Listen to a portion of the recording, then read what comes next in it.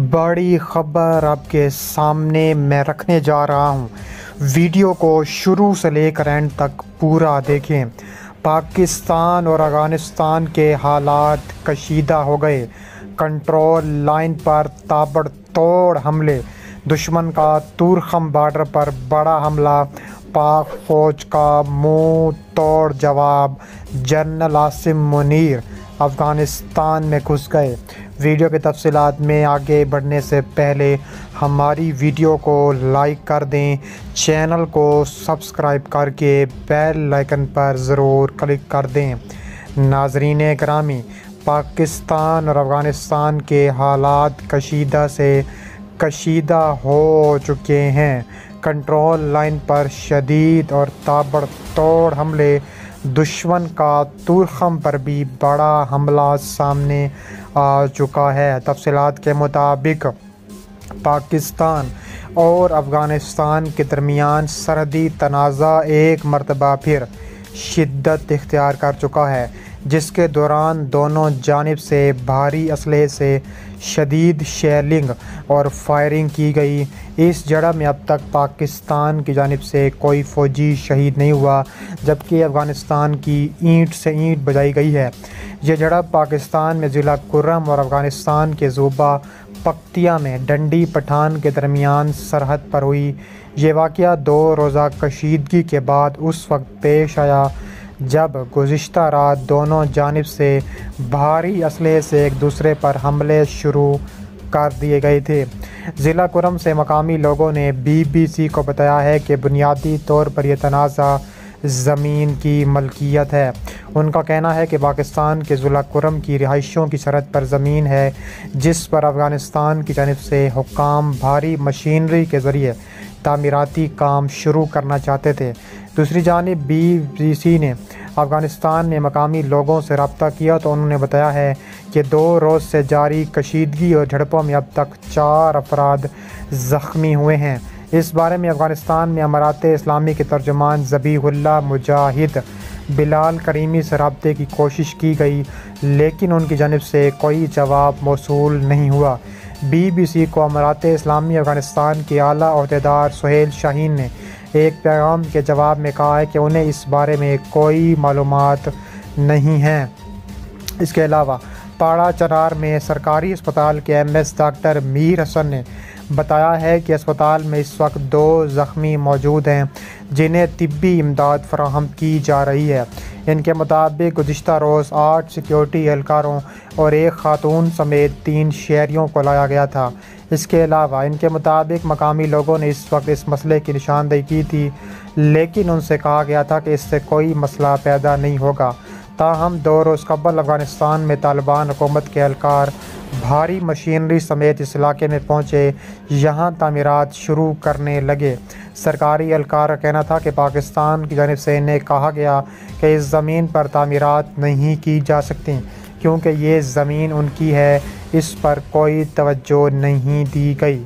अगले रोज़ अफ़गानिस्तान की जानिब से बोड़की के मकाम पर तामीरात के लिए भारी मशीनरी पहुँचाई गई, जिन्हें रोका हुआ तो शदीद फायरिंग और गोलाबारी हुई। इतलात के मुताबिक अफ़गानिस्तान में तालिबान हुकूमत के एहलकार भी फायरिंग करने वालों में शामिल थे, जिन्होंने भारी असला भी इस्तेमाल किया। इसके बाद दोनों जानिब से सिक्योरिटी फोर्सेस के दरमियान शदीद फायरिंग और गोलाबारी का तबादला हुआ। मकामी लोगों के मुताबिक अफ़गान तालिबान इसके बाद पीछे हट गए। उन्होंने बताया है कि अफ़गान फोर्सेस की चौकियों को भी नुकसान पहुंचा। इस फायरिंग में एक सिक्योरिटी एहलकार हलाक और 7 सिक्योरिटी एहलकार ज़ख्मी हुए। इलाके में एक कशीदगी पाई जाती है और इन झड़पों के बाद अफ़गान तालिबान की मज़ीद नफरी इलाके में पहुंच गई। उनका कहना था कि मकामी अस्पताल में 4 ज़ख्मी लाए गए, जिनमें से एक की हालत तशवीशनाक है।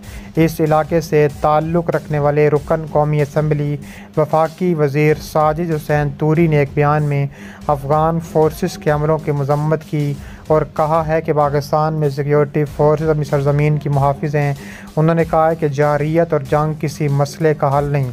पाकिस्तान हमेशा अफ़गानिस्तान और दीगर पड़ोसी ममालिक के साथ तमाम मसाइल बातचीत के ज़रिए हल करना चाहता है। इसके अलावा मज़ीद कहा जा रहा है कि पाकिस्तान और अफ़गानिस्तान की सरहद पर पाकिस्तानी फ़ौज की जानिब से नस्ब बाढ़ को मुबैना तौर पर अफ़गान तालिबान की जानिब से उखाड़े जाने का वाक़या पेश आया है। इसमें एक वीडियो मंजर-ए-आम पर आई है जिनमें पाक अफ़गान सरहद के एक मकाम से अफ़गान तालिबान के खसूसी दस्ते पे खारदार ताड़े उठाते हुए देखे जा सकते हैं। इन वीडियोज़ में दावा किया गया है कि खारदार तारें अफ़गानिस्तान की हदूद में लगाई गईं। वहाँ मौजूद अफ़गान हुकूमती एहलकारों ने सख्त रद्द-ए-अमल का इज़हार किया।